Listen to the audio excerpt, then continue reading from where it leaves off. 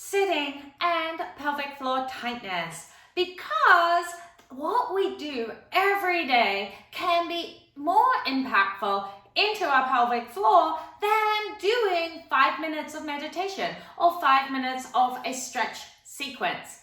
We spend so much time sitting, whether it be on the ground playing with our kids or in a chair working or simply sitting on the couch whilst watching TV.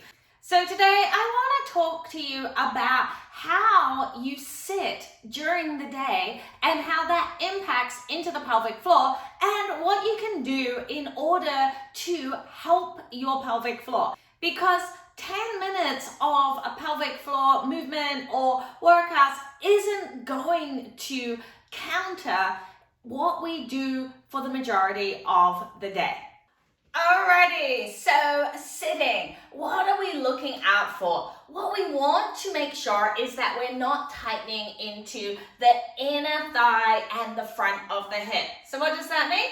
We're trying not to go into this internal rotation of our hips, which for some of us is much more comfortable than sitting with our feet flat on the ground. So number one, I want you to try, and I do mean try, not necessarily be perfect, to not cross your legs. All right? Because when we cross our legs, we're pushing one hip forward and we're internally rotating the other hip. And this can cause overactivity and tightness in the pelvic floor, which we don't want.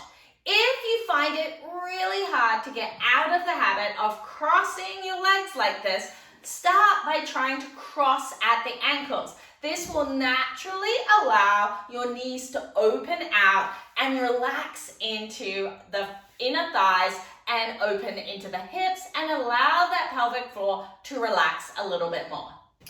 Second, try to avoid scooching forward to the edge of your chair and sitting like this. So even though your feet are nice and flat on the ground, you're really tightening into those hip flexors, again causing some overactivity and tightness in the pelvic floor. We want to be right at the back of our chair where we can relax and allow those hip flexors to be nice and squishy.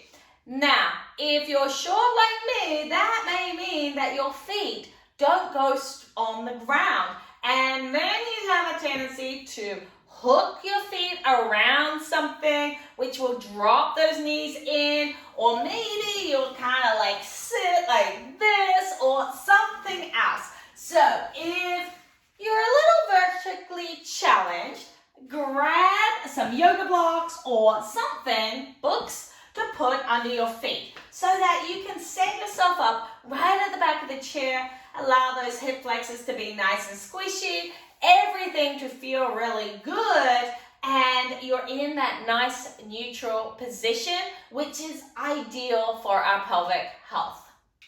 Next, I want you to really think about sitting on your sit bones. So if you're like me, you might need to pull those butt cheeks apart a little bit so you feel both sit bones evenly on the chair. Sometimes we have a tendency of shifting into one. Sometimes we have a tendency of clenching one glute, which will mean that that sit bone has been padded. So you might need to pull those butt cheeks apart. The other thing that we don't want you to do is we don't want you to sit back on your tailbone. So when I say scooch right back, I mean scooch right back. So your bum's right at the back of your chair. And if you need to, you can place a pillow at the back of the chair as well to make it more comfortable. When you're in this position, you should feel both sit bones and you should feel your tailbone slightly on the chair. What we don't want is you coming forward and then sitting back like this. So sitting right back on that tailbone, this can cause tightness and issues in the back of the pelvic floor. And if your tailbone has been taken slightly off center due to the delivery, or maybe you have had a fall at some point, then sitting on that tailbone can also cause sciatic pain and other issues into the hip. So don't sit back on your tailbone. Really think about sitting on those sit bones, scooching right back, place something under your feet if needed, and working away and doing whatever you're doing while seated. Another couple of tips are set your timer for every 40 or 45 minutes, especially if you're working in an office or an at-home desk.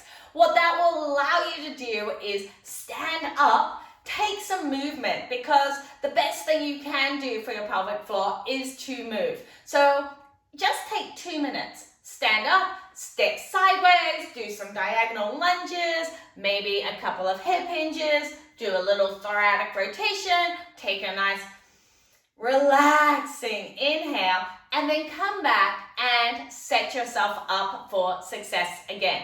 Now, I know if you're anything like me that after 5 minutes of sitting and working, doing really well, you're suddenly going to find that you naturally cross one leg, naturally sit with one leg up.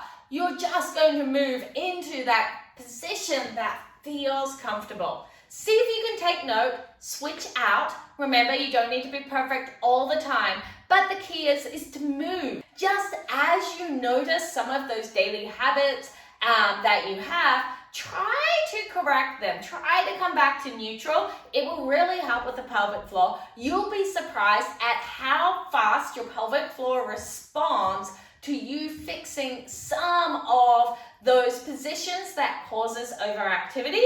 And that will allow your pelvic release stretches and all the breathing and core work that you're doing to actually take hold and help you regain function even faster.